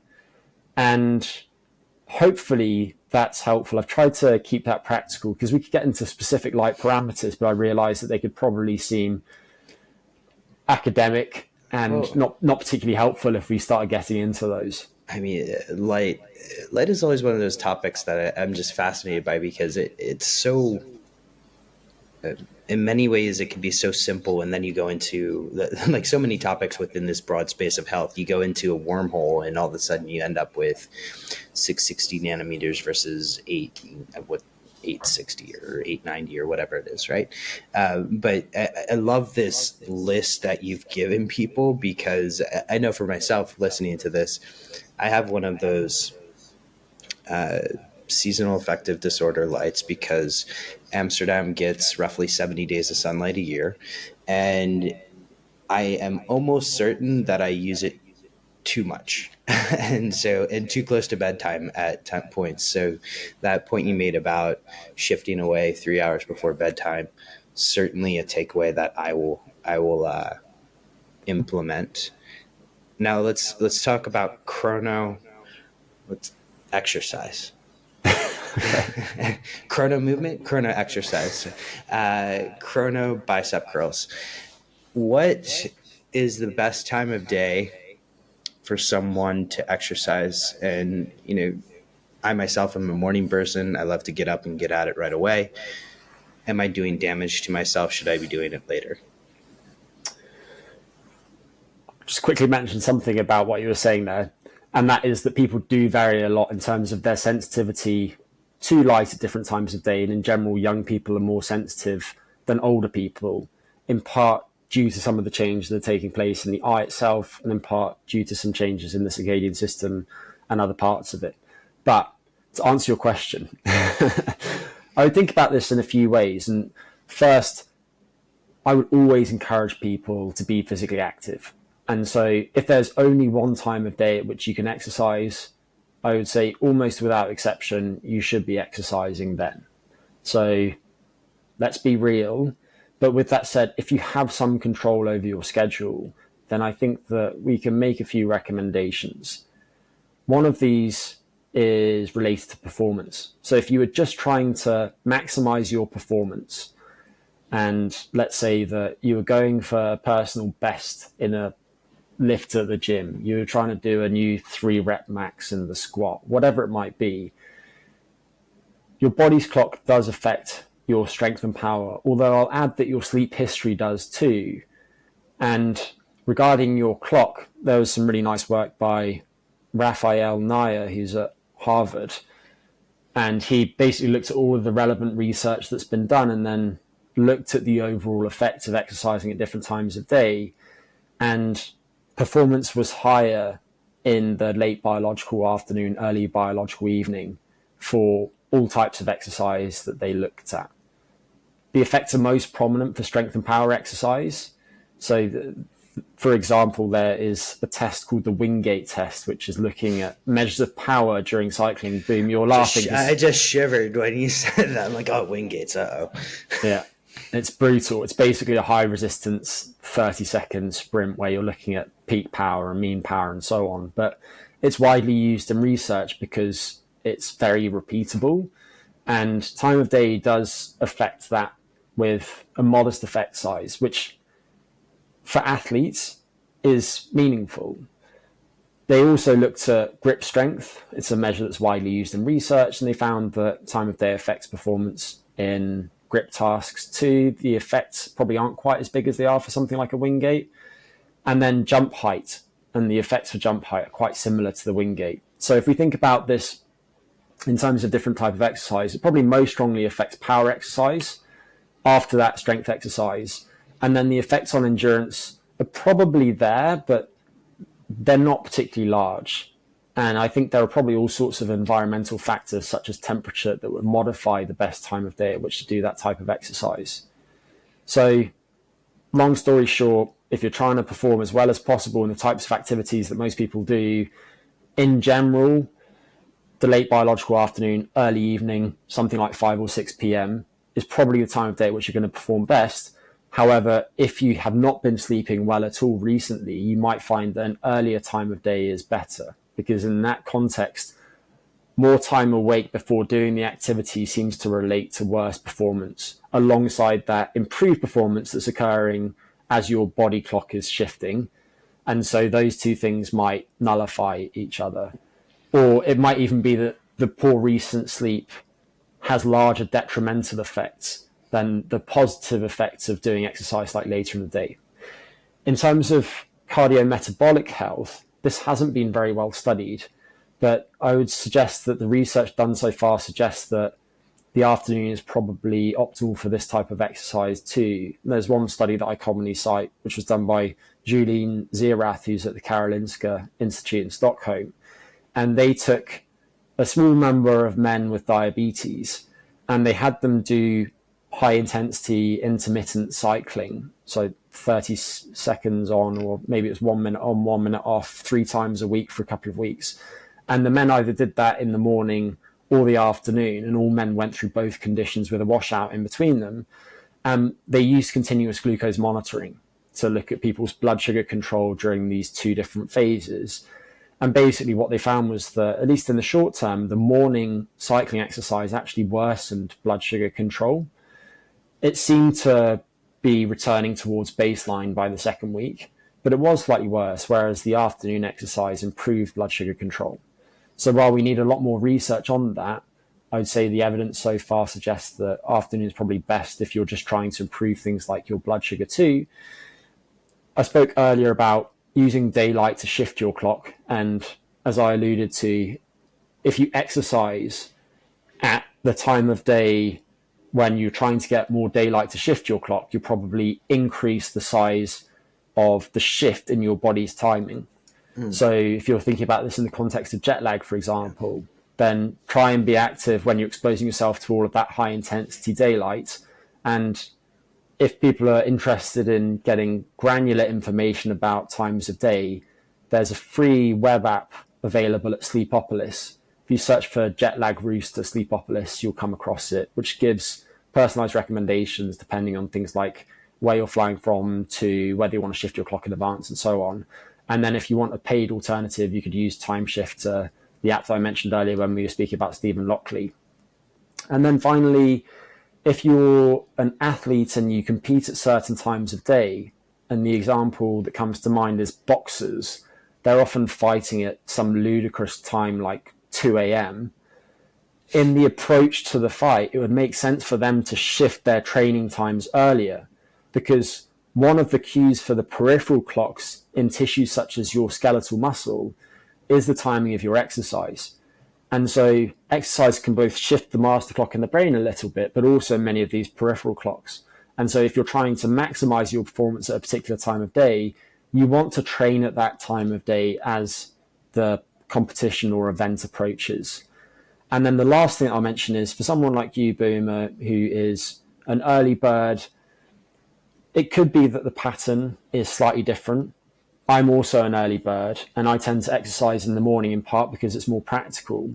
But I think for you and I, we probably see a smaller difference in our performance between the morning and the afternoon than somebody who is, for example, a night owl. And for people who can only exercise in the morning, one of the reasons why we perform better in the afternoon or early evening is that our core body temperature is higher. And so it just means that if you're working out an hour after waking in the morning, you need to dedicate more time to warming up. If you can push your core temperature higher, then you'll reduce the size of the difference in your performance between the early hours and the late hours. I love when you and I talk, because there's so many wormholes that I can go down here in terms of just time of day for exercise, core body temperature, whether or not I'd be. The jet lag one is interesting because it sort of evoked a memory of a friend who went from flying. He was fighting in Singapore, and he was trying to train for a fight in Iowa in the middle of the United States, a Japanese fellow. And rather than flying to the United States, he basically fly to the United States a couple of weeks beforehand, adjust the jet lag, etc. He basically flew the day before the flight. And I don't remember what was wrong with this training, but he got absolutely throttled in the match. So maybe he could talk to Greg Potter next time about how to actually do this properly, because he was trying to follow largely what you mentioned, but there's an added element, I would guess, of that plane stress of flying 24 hours before a flight, before a fight, that is, and then absolutely getting knocked out in the first round. So, and jet lag is something that we could easily dedicate multiple episodes to, but suffice it to say that, like shift work, the effects of jet lag don't only relate to body clock disruption. And in the case of jet lag, they also relate to travel fatigue, because there are all sorts of things that take place while you're traveling. Rubbish plane food, the pressure in the cabin. I don't know about you, Greg, but I love the the cheese sandwich that I get on certain Dutch airlines. I don't have that experience because I've actually never been to the Netherlands, but it's one that I look forward to. How long have I known you? Anyway, so we'll get you to the Netherlands soon. Let's transition to one that is actually, I believe, a term, chrononutrition. What are some practical takeaways for people who are starting to think about, okay, this chronobiology thing, these biological rhythms area is something I need to focus on. Chrononutrition, what are some practical takeaways that people can have when it comes to that? It's probably worth mentioning that there are many different time of day changes in our digestion, in our metabolism, in our immune function. And those coalesce such that in general, our bodies respond better to food intake in the biological morning than they do at other times of day. This is one reason why the midnight feast generally isn't the best idea. But just as an example of this, if you look across studies, then oral glucose tolerance, so the degree to which your blood sugar swings in response to a bolus of glucose, and people might have come across oral glucose tolerance tests in the context of things like diabetes, is something like 18% higher in the biological morning, so at 8 a.m. than it is in the biological evening, so at 8 p.m. So your blood sugar will swing less in response to meals in the morning than it will in the evening. And that relates to all sorts of things like your insulin sensitivity. And we don't need to get into all the details of that, but I just want to preface my answer with that so that people understand some of the rationale behind these recommendations. And again, this is itself a huge area of scientific research now. It wasn't 10 years ago, but people have realized that nutrition timing really does matter. So with that said, what are some practical recommendations that I think will help many people? One of them, which is probably one that most people focus on most, and probably for good reason, is to have a regularly timed eating window each day. And based on the research, I think most people will benefit from a window that's anywhere between 6 and 12 hours long, depending on the goals. So a 6-hour window might be 12 p.m. to 6 p.m. A 12-hour window might be 7 a.m. to 7 p.m. 8 to 10 hours is the sweet spot for most people, in my opinion. It's practical, people can stick to it, but also it tends to yield certain health benefits. People tend to eat slightly less, slightly reduce their body weight, slightly reduce their blood pressure, and experience some metabolic benefits too. If the goal is weight loss, then I would favor the shorter end of that window, so perhaps 6 to 9 hours. And I would also favor that type of smaller window if somebody is trying to follow a ketogenic diet. There's some interesting work showing, for example, that early time restricted eating can accelerate ketogenesis. So if somebody is struggling to push their blood ketones up beyond a certain level, I think time restricted eating can be helpful. If somebody was trying to gain weight, though, while maintaining their cardiometabolic health, I think an eating window of around 12 hours is probably about the sweet spot.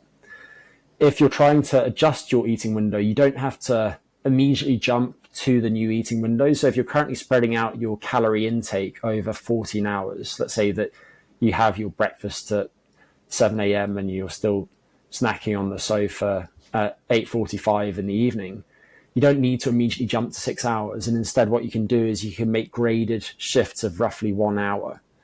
So you might initially move to a 13-hour window, and then a 12-hour window, and then 11-hour, and so on.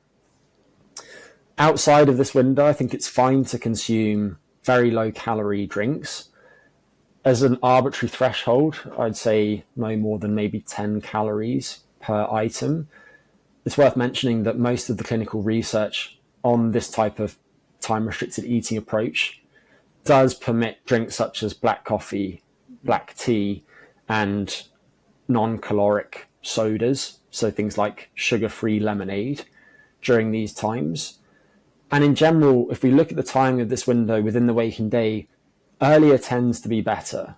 And I think most people should certainly finish consuming their final calories of the day at least 2 hours before bed.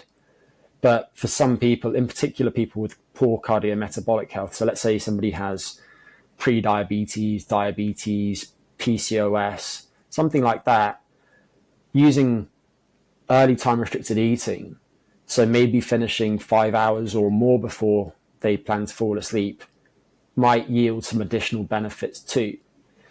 And the other thing that I'll mention here is to minimize snacks. So within this eating window, I would certainly recommend people consume mostly, if not exclusively, meals, and probably 2 to 4 meals, depending on the size of the window. So if you had a 12-hour window, you might have 4, but if you had a 6-hour window, you might only have 2.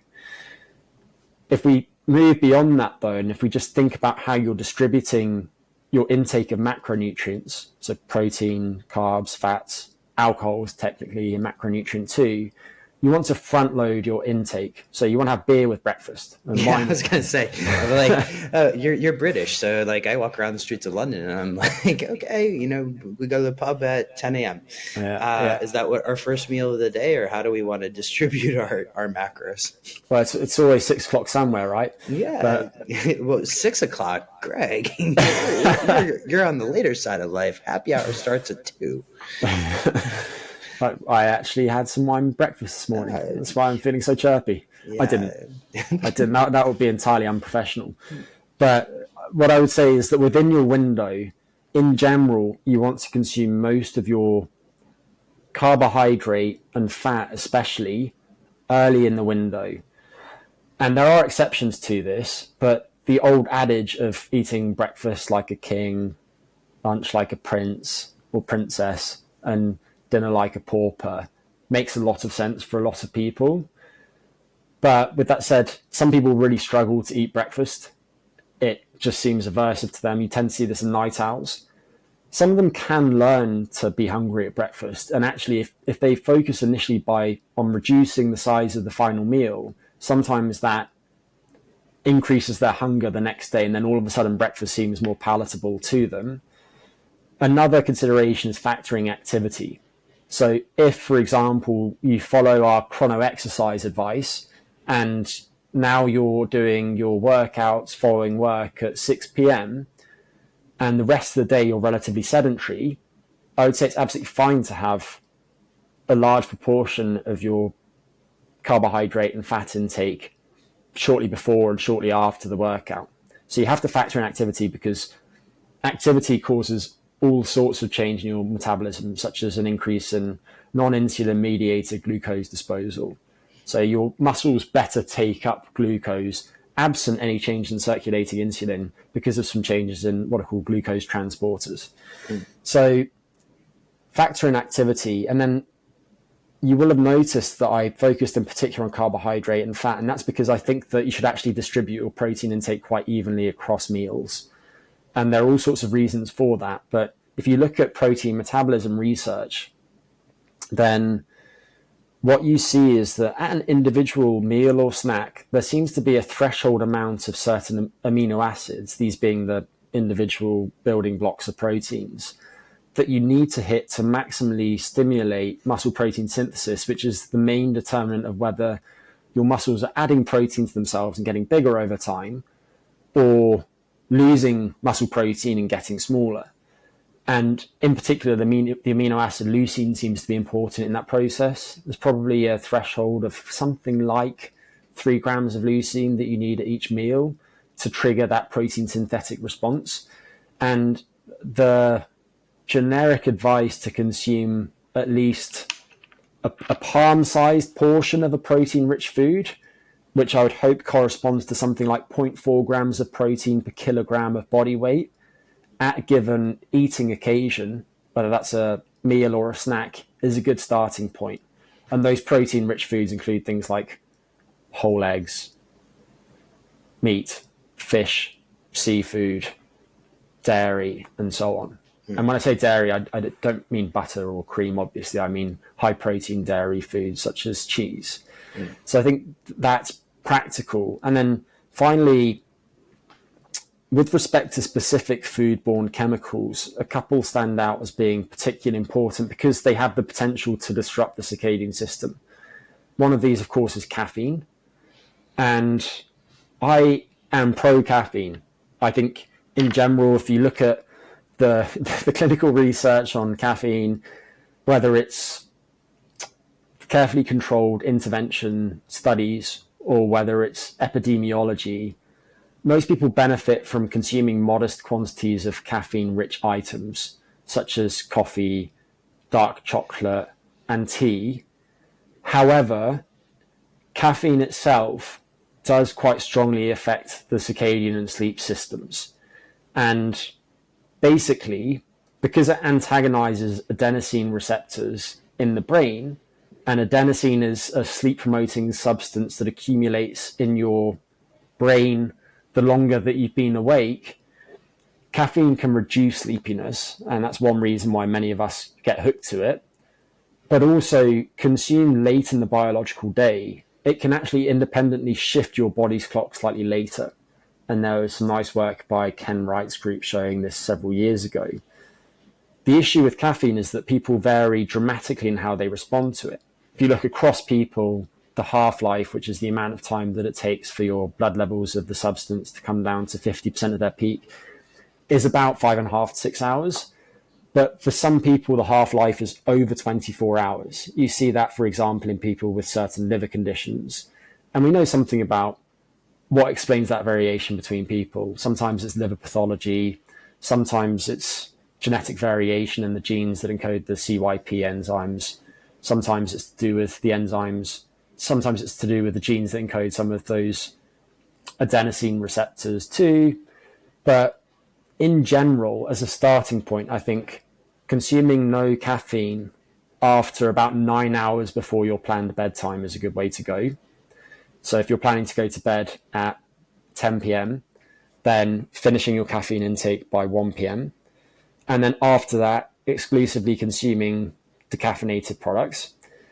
And then in terms of the dose, I think limiting your daily intake, certainly to no more than 4 milligrams of caffeine per kilogram of body weight, but probably ideally to no more than 3 milligrams of caffeine per kilogram of body weight per day, is a good starting point. And that might seem opaque. So just to give an example, if you were 80 kilos, 3 milligrams per kilo would be 240 milligrams of caffeine. And if you look at instant coffee, and I'm not an instant coffee guy, but if you look at instant coffee, then... If you're in Albania, you have to be an instant coffee person. I know. I was in Montenegro recently, and I was desperately searching for specialty coffee, but constantly evaded me. But if you look at instant coffee, an average instant coffee, 8 ounces, contains 50 to 60 milligrams of caffeine. So that would be 4 instant coffees a day to keep you at that 3 milligram threshold. The amount in a cup of green tea is similar, slightly lower than that. But if you look at coffee, then there is large variation between types of coffee. So, for example, Robusta coffees, Robusta is the genetic species of coffee, contain more caffeine than Arabica coffees, which are the types of coffees that you'll find in higher quality specialty coffees. And then the brewing method really matters too. So if you go into a typical coffee shop and you get an 8 ounce filter coffee or an 8 ounce Americano, let's say, it will probably contain something like 150 milligrams of caffeine. So roughly 3 times what you would find in an instant coffee. AeroPress at the same size is probably quite similar. I didn't even prompt you with that one. That's like my go-to, AeroPress. Okay. Yeah, me too. And then a French press or a Chemex or a V60, they contain slightly less than that, maybe something like 110 milligrams. So it depends on the brewing method too, but there are resources such as Caffeine Informer that people can go to find the contents of some commonly consumed items. And the one that I will point out also is cocoa and dark chocolate. Because I think a lot of people know that it contains some caffeine, but they don't necessarily realize how much it contains. And many people do also consume it late in the day. Just as an example of this, my favorite coffee in the world is Montezuma's Absolute Black. It's 100% cocoa, so it will give you a kick. But it's been independently tested and shown to contain very little cadmium, which is a heavy metal that commonly accumulates in the soil and will accumulate in your body. It's got a half-life of about 50 years. And that's not exaggerating. It's literally tens of years, the half-life. So it's very difficult for your body to eliminate it. And it is neurotoxic. But I don't want to sound like I'm scaremongering. But the issue is that, in particular, cocoa that's grown in Latin American countries tends to contain quite a lot of cadmium, whereas cocoa that comes from African countries tends to contain a bit less because of those soil conditions. And if you look at Montezuma's Absolute Black, it contains very little heavy metals, but it's massively high in cocoa flavonols, which mediate many of the health benefits of cocoa products. However, if you look at the caffeine content, a 100-gram bar or a 90-gram bar contains about 300 milligrams of caffeine. Oy. So that is a lot of caffeine. And while most cocoa or chocolate products contain less than that, a typical 70% cocoa dark chocolate bar might contain something like 80 milligrams of caffeine per 100 grams. They do contain quite a lot of it. So just bear that in mind if you're in the habit of consuming lots of dark chocolate after your dinner, as I know is often the true in health-conscious people. All right, Dr. Potter, I'm taking a look at time here, and you've been very generous with yours, but I want to transition now into a final couple of questions here. Let's start with, in your experience, what are some simple behavior changes that people can make? And I know you've listed a ton in this episode, right? That they can do to improve their sleep.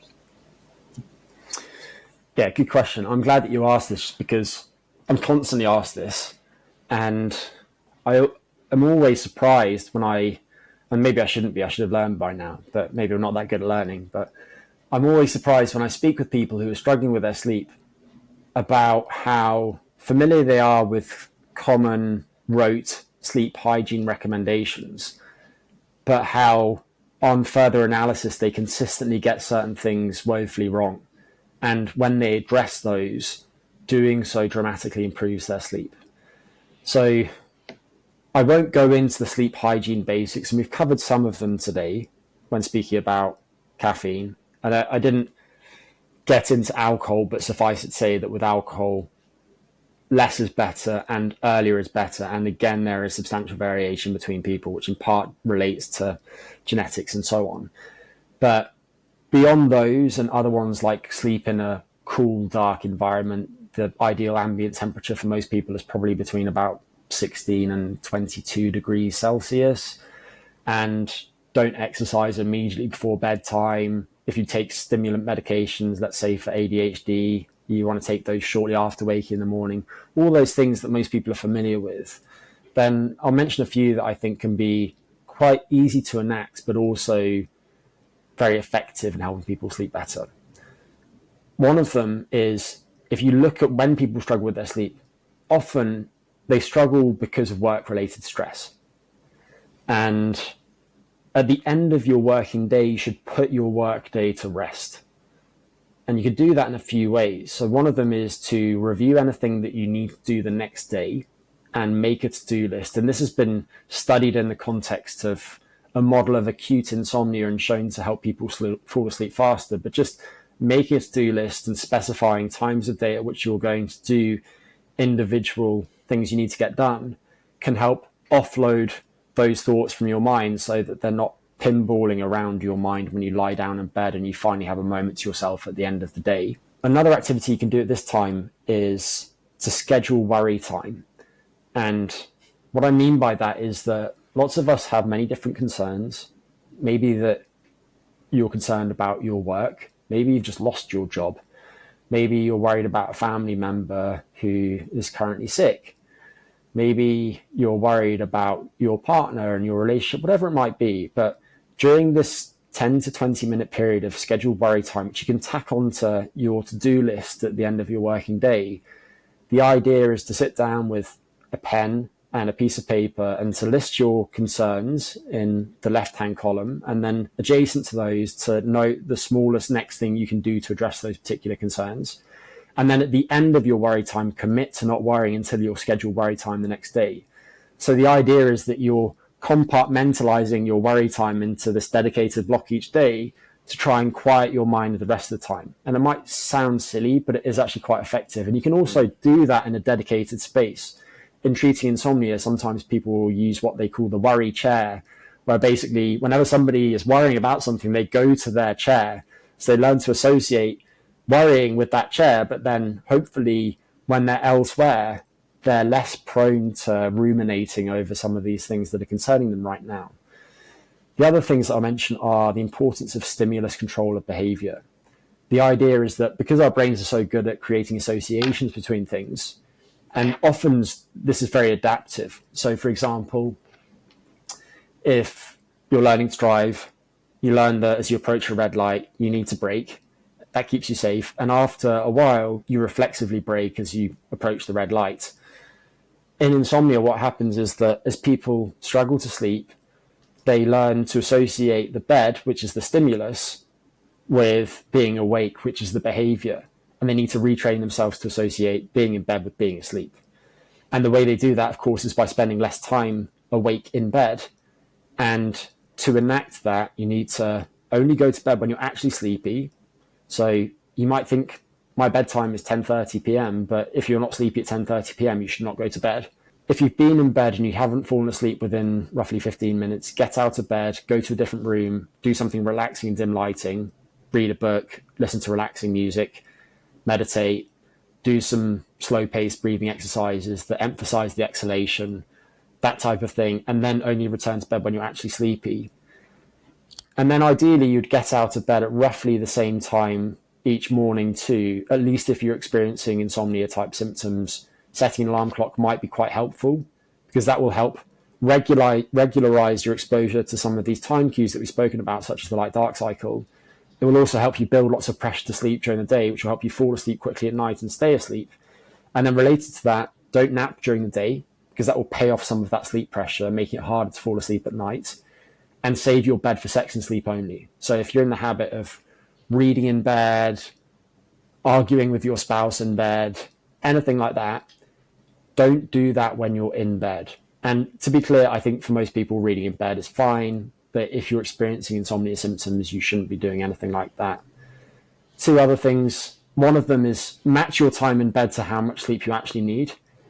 So, or how much sleep you're capable of generating at this point in time. If you have insomnia, for example, that might mean restricting your time in bed because you're currently spending 4 hours awake in bed each night and you're in bed for 10 hours, but you're only sleeping for 6 of those.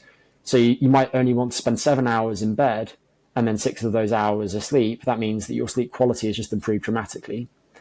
Whereas if you're habitually short on sleep and your sleep quality is good, maybe you're burning the candle a bit at work and you're trying to juggle lots of different responsibilities, and you just, by necessity, have only been spending 6 hours in bed recently. If you can go through a period where you extend your time in bed, you'll get more sleep and experience some benefits off the back of that.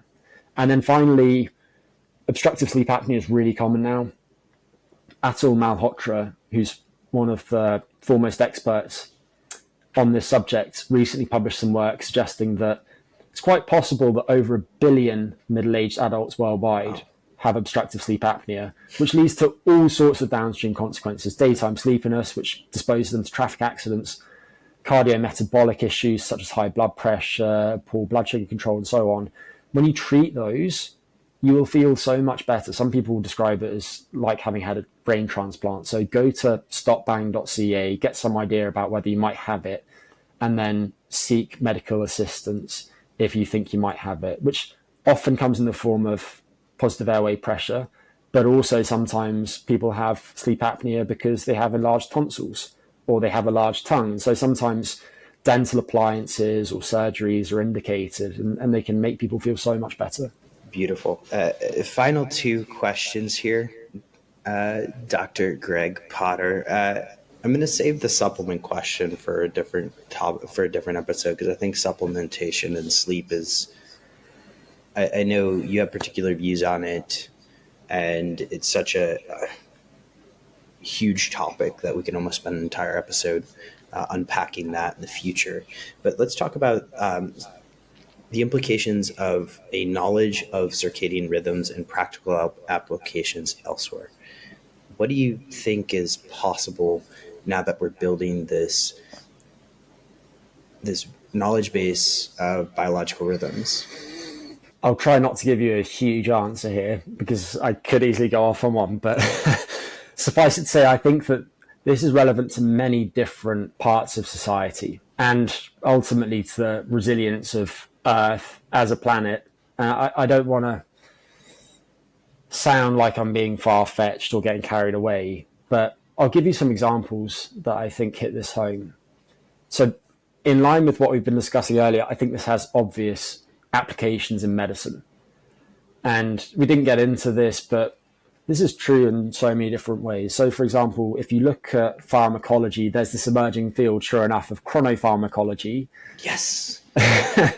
And the idea is that because so many different aspects of drug absorption, distribution, metabolism, excretion vary over the course of the biological day, it's possible to use knowledge of that variation, depending on the drug and its targets, to optimize drug timing, which hopefully will reduce the amount of medication that's needed, which should push down costs too, improve the efficacy of the drug, and reduce the potential for side effects too. And this has been shown for several different drugs. For example, there's a slow-release glucocorticoid that's used to help certain types of joint pain, and seems to be better to take that in the biological evening to improve next day symptoms. It's been demonstrated very nicely in the case of certain cancer drugs like oxaliplatin. It's the best studied one. It was actually removed from clinical trials because of its toxicity initially, and then a very bright guy, Levy, came along and did some research showing that the issue was the time of day at which they were administering it. And as a result, it's now widely used, and they've dramatically reduced the side effects of that. But if you look at all the top selling drugs in countries like the US, they all target clock regulated targets. And there was a really nice paper published by a guy named Zhang 2014 for people who are more interested in that particular subject. And John Hoganesh has done some really nice work on it. So suffice it to say, I think it's possible to use knowledge of how the drugs are acting combined with somebody's circadian phenotype. So whether you're an early bird or a night owl, and information about what we know about the best time of day at which to take these drugs to improve pharmacology. Another related application of circadian biology is certain types of surgeries. There's a guy in France, Bart, I think you pronounce his surname Stiles, it's Staels, who published a really intriguing paper a few years ago in The Lancet, and they looked at a particular type of cardiovascular surgeries, aortic valve replacement, and they split people into those who'd had surgery in the morning versus the afternoon. And they basically found that the people who had it in the afternoon had much better outcomes. They were less likely to go on to experience cardiovascular issues in the 500 days that followed. So clearly this is going to be relevant to many different types of surgeries too. And then the final things that I'll mention include things like our ability to perform at work.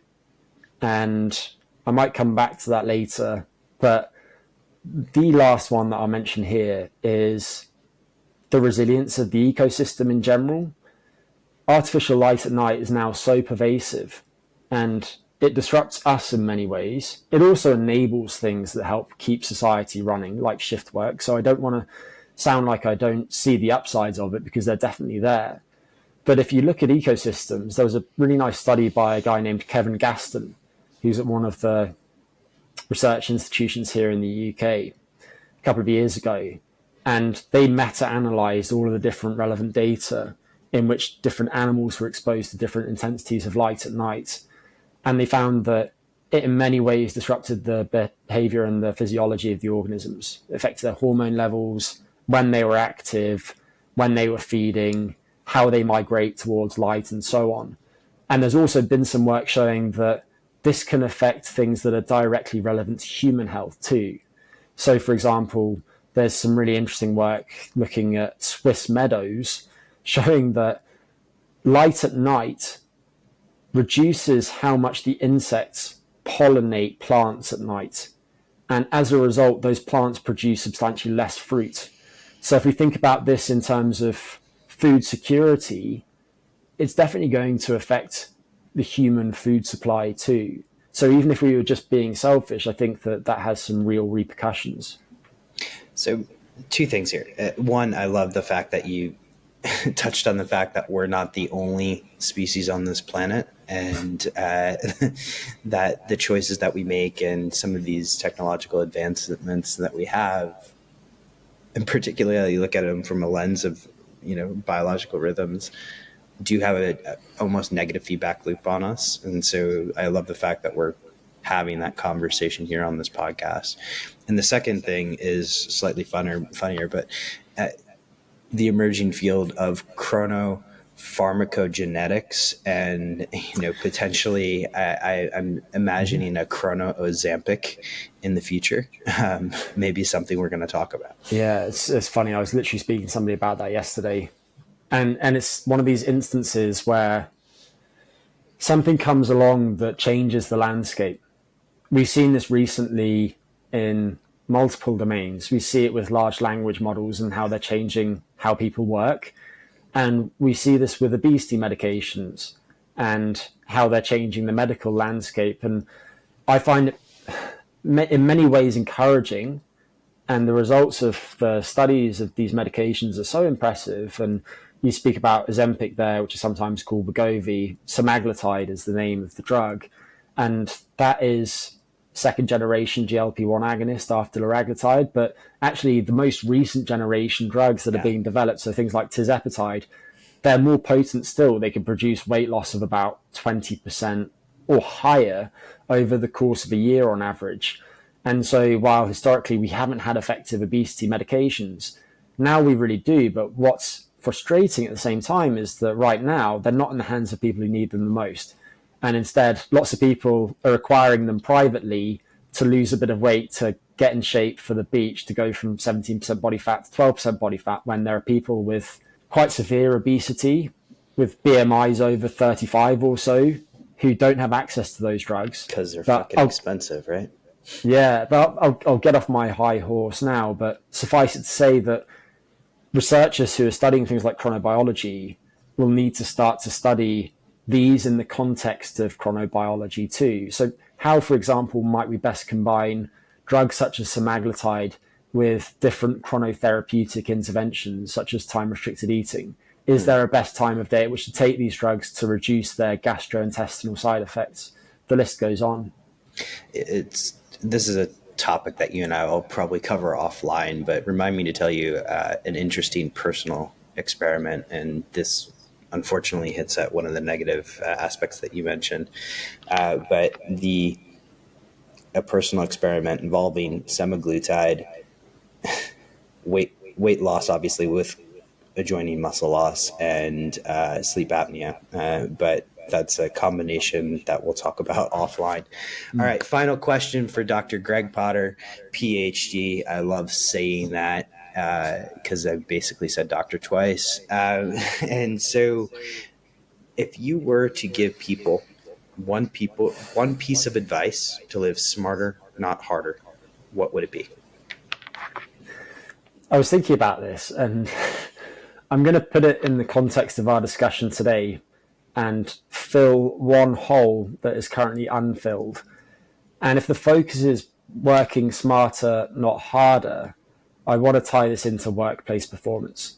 And so my advice would be to use an understanding of your own rhythms to improve your workplace performance.